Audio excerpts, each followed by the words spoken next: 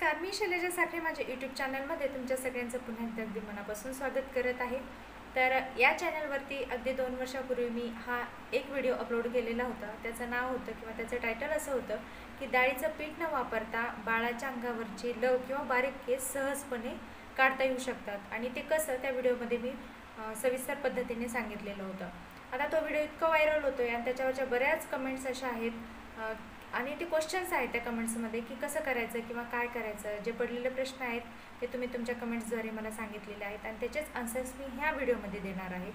तर व्हिडिओ पूर्ण बघा।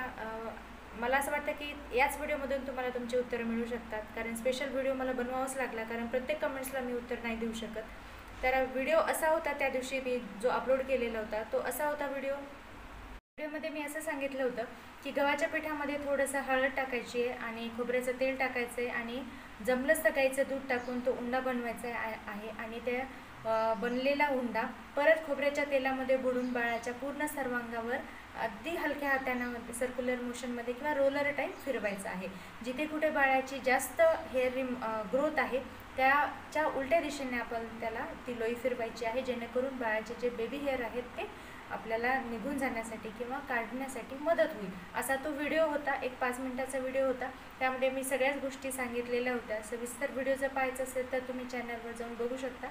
तर त्या अंगावरचे लव जाण्यासाठी आपण बरेच विविध प्रकारचे उटणे वापरतो किंवा घरगुती उटणं वापरतो। त्यामध्ये हरभरा डाळ पीठ असेल, मसूर डाळ पीठ असेल किंवा तूर डाळ पीठ असेल ते सुद्धा आपण वापरतो। त्यामध्ये हळद पावडर किंवा दूध वगैरे टाकून ते मिश्रण आपण बाळाला चेहऱ्यावर अंगावर वगैरे लावतो। पण एक गोष्ट मैत्रिणी लक्षात ठेवा, ज्यावेळेला आपण हे उटणं लावतो त्यावेळेला ते थोडं का होईना पातळ असतं आणि बऱ्याचदा चेहऱ्यावर लावत असताना डोळ्यात जाईल, नाकात जाईल, कानात जाईल किंवा तोंडात जाईल अशी भीती सतत असते। त्यामुळे ते उटणं ना आपण कपाळावर व्यवस्थित लावू शकतो, ना गालावर किंवा अपर लिपवर लावू शकतो आणि इथेच जास्त प्रमाणामध्ये बाळांचे बारीक लव असतात आणि तेच व्यवस्थित निघत नाहीत। एव्हाना पाठीवरचे किंवा हातावरचे तर काढूच शकतो, पण ज्यावेळेला आपण उटणं लावतो त्यावेळेला ही प्रोसिजर थोडीशी घातक ठरू शकते। त्यामुळे कधी पण लोई सोयीस्कर होऊ शकते, कारण लोईचं असं काहीच नाही, तुम्ही कुठे पण लोई फिरवली तरी केस व्यवस्थित निघतात। आता न्यूबॉर्न बेबीला ही लोई कुठून लावायची आहे, तर ज्यावेळेला आपण बाळाला नाव घालतो, पहिली आंघोळ घालतो, तर लगेच तुम्ही स्टार्ट करू शकता, त्यात काहीही नाही। कारण न्यूबॉर्न बेबीचे केस हे जाण्यासाठी तीच एक सिच्युएशन असते, ती 40 दिवसापर्यंत बाळाची स्किन खूपच सेन्सिटिव्ह असते। त्यामुळेच आपण 40 दिवस बाळाणीला खूप जपत असतो, हो की नाही। बाळाचे धूळ कणीचे किंवा वातावरण असेल किंवा पाणी वगैरे इतर ज्या बाजूच्या गोष्टी असतात ते सुद्धा त्यांना वातावरणामध्ये मिक्स होऊ न देता बाळाला खूप सेफ ठेवलं जातं। तर हे 40 दिवसामध्ये जर बाळाला सतत 40 दिवस लोई लावली तर बाळाचे जे बारीक लव असतात ते निघून जातील, तर त्यामुळे काही साईड इफेक्ट होणार नाही। त्यानंतर बाळाला ज्यावेळेला आपण लोई लावतो त्यावेळेला एक गोष्ट लक्षात ठेवायची, खोबऱ्याचं तेलच वापरायचं आहे, कुठल्याही तेलाचा अगोदर वापर करायचा नाही आहे। काय सांगता येत नाही, कारण बाळाला ते सूट होईल हा आपण हे नाही, कारण बऱ्याच बाळकांना आपण जर खोबऱ्याचं तेल ऐवजी दुसरं कुठलं तेल जर वापरलं तर सेन्सिटिव्ह स्किन असते, खूप नाजूक त्वचा असते आणि पुरळ वगैरे किंवा रॅशेस येण्याची भीती असते, लाल स्किन होते आणि ते त्रासदायक होऊ शकतं, बाळ रडू शकतं। तर प्लीज तुम्ही दुसरं तेल किंवा ऑइल वापरण्याचा विचार करू नका। खोबऱ्याचं तेल हे सगळ्यात छान आणि उपयुक्त आहे। बाळाची लोई लावून सुद्धा जर तुम्हाला असं वाटत आहे की बारीक केस निघाले नाहीत किंवा त्यांच्या गुंताहून छोटे छोटे असे बारीक गठ्ठे झालेले असतात जमा बघा पाठीवरच्या केसांचे, तर त्यावेळेला तुम्ही काय करायचं, ब्रेड घ्यायचं, जे आपण ब्रेड स्लाईड मिळतात बाजारात, त्याच्यावर जर घासलं तर ते सुद्धा केस निघून जातात। हा सुद्धा दुसरा प्रयोग होऊ शकतो, ते सुद्धा तुम्ही करून बघू शकता। घरच्या घरी ह्या सगळ्या विलाजाच्या प्रक्रिया आहेत। तर चला, वेळेला बाळाला हातात घेतो त्यावेळेला आपले हाताचे बोटचे जे पंजे असतात ते सुद्धा बाळाच्या अंगावर उमटतात, इतकी सेन्सिटिव्ह स्किन त्या नवजात बालकाची असते।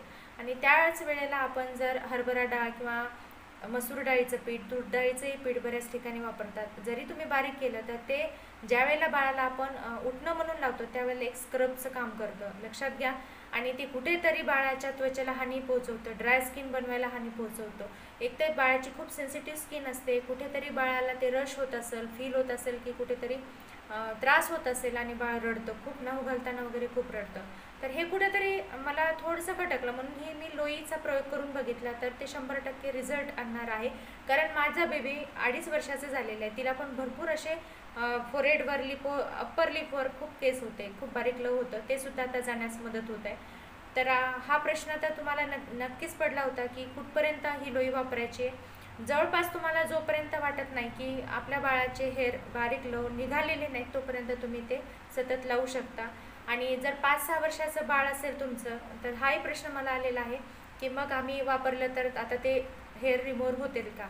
तर सेन्सिटिव्ह स्किन ज्यावेळेला असते तर म्हणजेच काय, तर त्वचेचा जो टोन असतो तो खूप पातळ असतो, त्यामुळे ही लोई त्यावर काम करते.